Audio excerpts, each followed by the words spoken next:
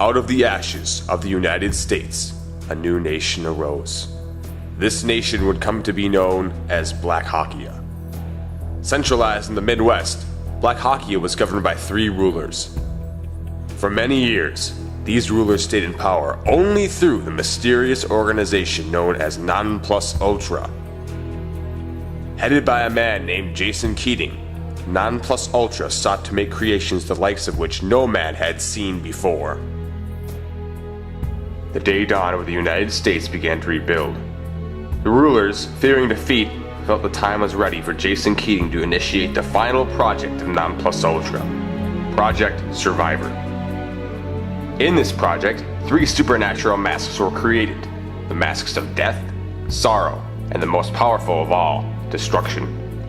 Each mask had its own power: death, to permanently resurrect; sorrow, to decrease the morale of the enemy and to warp time and space; destruction, to temporarily resurrect and create fury explosions.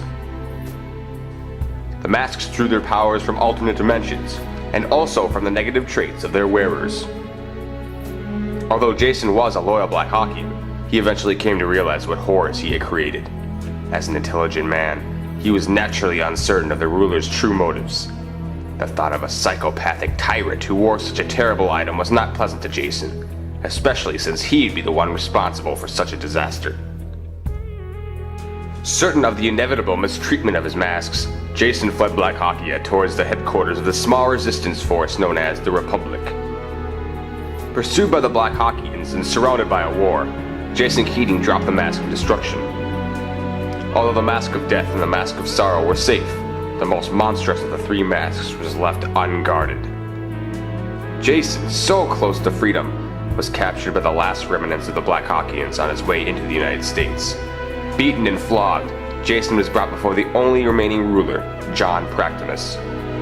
As a punishment for his betrayal, Jason was sentenced to live the rest of eternity as one of his own creations, a watch, which could send anyone through time and space.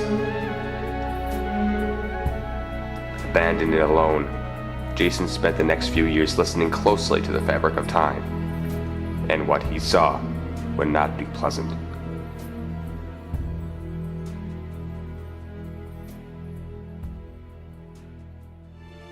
Our story began with Lyle, a boy in constant torture by his bully named Arrow. Seeking but a moment's departure from the source of his agony, Lyle ventured into the deep territories of the woods and found the Mask of Destruction. Unaware of its power, Lyle put on the mask. But Lyle was caught unaware as the mask took his very being and shaped it into the monster that called itself the Jester Freak. This Jester Freak took his victims and transformed them into soulless monsters who only served to do his bidding. Unchallenged, the Jester Freak created a reign of terror within the forests that he haunted. Those who went into the forests of his domain never came out. Although the mask became satisfied with the bloodshed, Lyle's anger was not. For Arrow, the one who had ruined his life, was still alive. But not for long. One day, the Jester Freak discovered the location of Arrow and his friends. Suddenly pursued by the Jester Freak, Arrow and his acquaintances were lured into a trap and killed one by one. At last, Lyle's vengeance was complete, and the mask's appetite for destruction was once more satisfied. But after a long winter's chill, the effects of the Jester Freak's control on his minions began to waver. When we left Arrow last, the bonds keeping him and his friends as minions had disappeared. Awoken, Arrow realized the danger was imminent. Group SMS-122, a special police operations detachment led by Captain James Devon, was sent in to investigate the strange occurrences in the forest. Looking through old documents in the abandoned Republic headquarters, Devon discovered that the birthplace of the Jester Freak was at the local park, and that was where he hoped to find out more. Fleeing the Jester Freak, Arrow and the others were met by Devon and his team, who saved them all at the last moment. Through his conversation with Arrow, Devon found that the nature of the disappearances were linked to the terrifying monster that the kids had been escaping. Without police backup, Devon realized that the only safe place was at the Republic headquarters. Preparing for the Jester Freak's arrival, Devon allowed the kids access to weapons in order to protect themselves.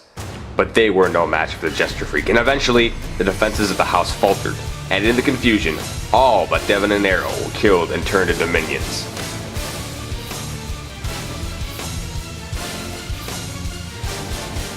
And so the survivors, out of time and options, fled to the park, where it all began, to make their final stand.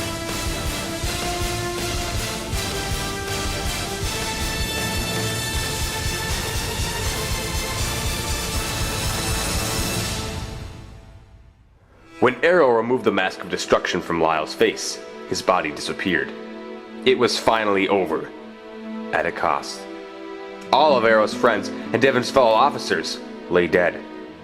But only now did Arrow truly realize that he was responsible for the creation of the Jester Freak and the death of all of his friends.